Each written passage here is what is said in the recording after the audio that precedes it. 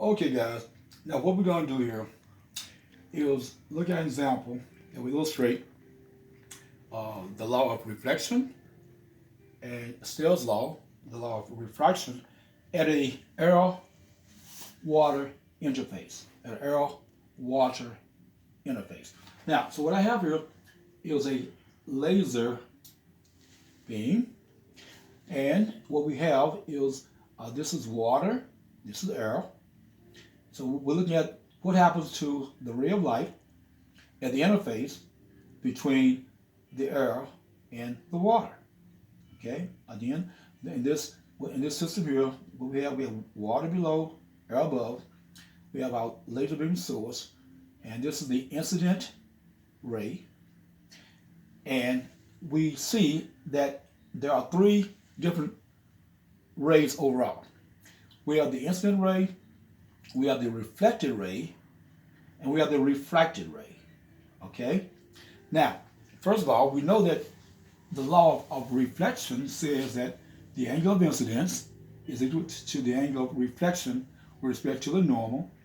In this case here, the normal is this vertical line you see drawn here, that black vertical line, that's the normal to the interface. The interface, again, is water below, air above.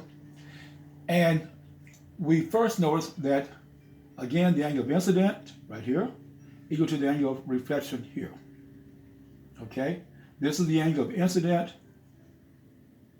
and this is the angle of reflection. Now, both angles are given with respect to this normal line, black line going down.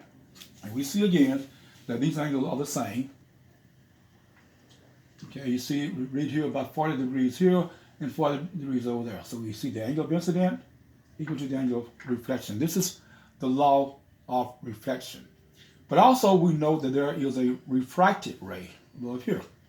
Now, what's what happen though, as I increase the angle of incident more and more and more, I'm increasing the angle of incident. And now, what do we notice? Well, now we notice there's only two rays. There's only an incident ray here and a reflected ray there. What happened to the refracted ray? Well, what we have now is a case of what we call total internal reflection. Total internal reflection. What we've done here, guys, we've increased the angle above what we call the critical angle of incident, and above that particular angle, you have only two rays. You only have the incident ray and the reflected ray. Okay, so this is above this critical angle of incident. You only have two rays now, incident and reflected ray. Now, let's go back in, and again we're going to look at the three rays. Now, we're going from water into air. This is a slow medium going to a fast medium. This is the normal. And notice in this case here, the refracted ray is bent away from the normal. Again, when you're going from a slow medium, which is the water, into the air, which is a fast medium, the refracted ray will be bent away from the normal. Bent away from the normal. Okay? Now, as a matter of fact, though, if you would look on this side over here, you would assume that this laser is coming from this source over here, closer to the top.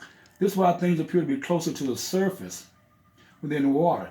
Your eyes will see this light here going back, and it will appear as if the laser source is originating here. So things appear to be closer to the surface when the light is going from the water into the air. But again, very important point, notice that the refracted ray is bent away from the normal because we're going from a slow environment into a fast environment. This is water and that's air. Now, we're going to go the opposite way. We're going to go up here now. And now, this is what happened when you're going from a fast environment to a slow environment. Now the beam is coming from the air. It's going from the air into the water. Again, this is the normal interface. Now we notice now that the refracted ray is bent toward the normal. When you're going from a fast into a slow environment, the refracted ray is bent toward the normal. Now, this is an example of Snell's law. Again, we're going from a fast environment, which is the air, to a slow environment, which is the water, and now the refracted ray is bent toward the normal. Okay, in this case here, the angle of refraction is less than your angle of incidence. Okay, and this is where you're going from a fast to a slow environment.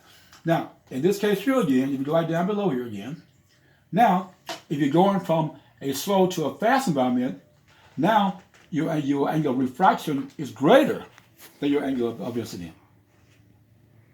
This angle of incidence and your refraction, in this case here now, when we're going from a slow into a fast environment, the angle of refraction here is greater than the angle of incidence right there. Okay? So again, what we'll demonstrate is the law of reflection and also the law of refraction.